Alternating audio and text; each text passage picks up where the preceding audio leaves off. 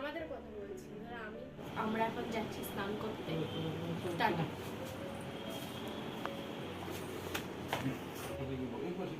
নমস্কার, কেমন আছেন সবাই? আশা করছি ভালো আছেন। আমি খুব ভালো আছি। আর আমার সাধারণ জীবনযাপনে আপনাদের স্বাগত জানাই। সকালবেলা তো একটু বেরিয়েছিলাম, একবারে স্নান করে বলছি, টিফিন করে সমুদ্র দেখে তারপরে হোটেলে ফিরলাম। আর এবার হচ্ছে স্নান করতে যাবার পালা। আমার একদমই স্নান করার ইচ্ছা নেই জানেন, তবুও রেডি হচ্ছি। যদি ইচ্ছা হয় তাহলে জলে নামবো, যদি ইচ্ছা না হয় তাহলে আর নামবো না। আমার সমুদ্রের পাড়ে বসে সমুদ্র দেখতেই সবথেকে বেশি ভালো লাগে জানেন। মনে হয় যেন অনেকটা সময় ধরে সমুদ্রের পাড়ে বসে থাকি, সমুদ্রটাকে দেখি মন প্রাণ ভরে। নিশ্চিত দেখি কি করি। এখন প্রচুর লোকের ভিড় দেখুন, প্রচুর। আর আমার মেয়ে তো প্রচুর আনন্দিত। ও সকাল থেকে বলছে যে আমি কখন স্নান করব, সমুদ্রে কখন নামবো। আর এদের কাণ্ড দেখুন, দুজনার কেউই দুজনকে ছাড়া নামতে পারছে না। একবার মেয়ে ধরে নামাচ্ছে ওর বাবাকে, আবার ওর বাবা মেয়েকে ধরে নামাচ্ছে। এদের কাণ্ড দেখে আমার হাসতে হাসতে পেট ব্যথা হয়ে গেছে।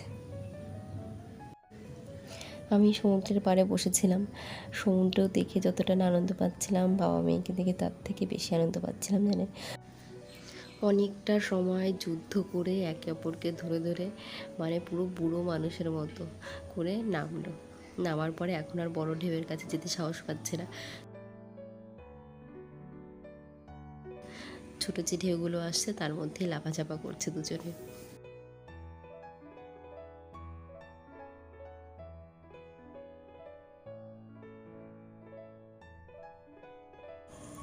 ছেলেবেলার অনুভূতিগুলোই আলাদা হয় বলুন। ছোটোবেলায় যখন মা বাবার সঙ্গে দীঘাতে এসেছিলাম, তখন আমার মেয়ের মতো আমার মনে হচ্ছিল কখন সমুদ্রে নামবো, কখন স্নান করব। আর কিছুতেই উঠতে ইচ্ছা করছিল না জানেন। অনেক সময় ধরে স্নান করেছিলাম মা বাবার সঙ্গে, আজকে আর নামতেই ইচ্ছা করলো না। আমার মেয়ে মনে হলো আমাকে কতবার করে যে ডাকছে জলে নামতে।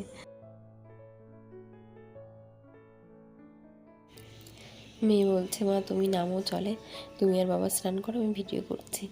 তো যাই হোক, অনেক টানা হ্যাচড়া করলো আমাকে, কিন্তু আমার কিছুতেই ইচ্ছা করলো না নামতে। আর শেষ পর্যন্ত নামিও নি জলে। আর মেয়ে মণ্ডলবাবু খুব বেশি সময় ছিল না জলে, ওরা খুব তাড়াতাড়ি উঠে এসেছিলো। যদি আমি নামতাম তাহলে হয়তো আর একটু সময় থাকতো।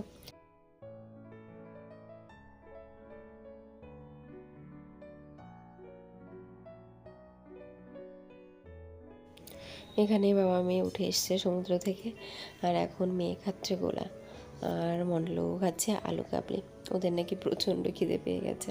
আর আমার মেয়ে কোলার যে কী খায় আমি জানি না, ও যেখানেই কোলা দেখুক না কেন ওর নাকি কোলা খেতে খুব ইচ্ছা করে।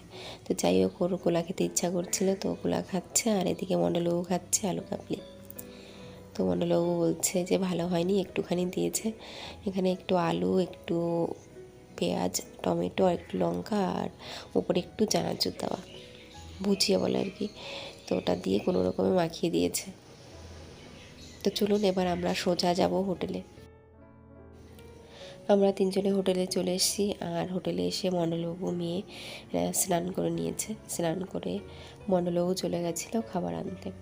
ভেবেছিলাম বাইরে গিয়েই খাবো, তো মণ্ডলবাবু বললো যে তোমরা হোটেলেই থাকো, আমি খাবারটা নিয়ে আসি ঘরেই। তো ঘরেই খাবার নিয়ে এসছে, বেশ ভালোই হলো। আর বাইরে যাওয়া লাগলো না খেতে।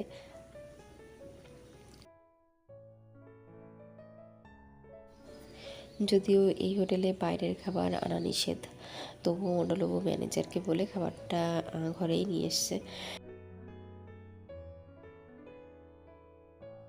মণ্ডলবাবুকে বলেছিলাম যে কলা সিদ্ধ খাবো, তো তার জন্য মণ্ডলবাবু 3টে কলা কিনে দিয়েছে। বড় বড় 3টে কলাই সিদ্ধ দিয়েছে, খাওয়া যায় বলুন। আর কলাগুলোর একদমই টেস্ট নেই কোনো, তবুও জোর করে খেলাম। আর মাছ দিয়ে একটুখানি ভাত খেয়েছিলাম আমি। আমার মাছ খেতে একদমই ভালো লাগছিল না জানেন। আর মাছটা রান্নাটা মোটামুটি হয়েছে, মশলাটা একটু কাঁচা কাঁচা ছিল। বাড়ির মতো কি আর হয় বলুন। তবুও মেয়ে মণ্ডলবাবু ভালোই খেয়েছে।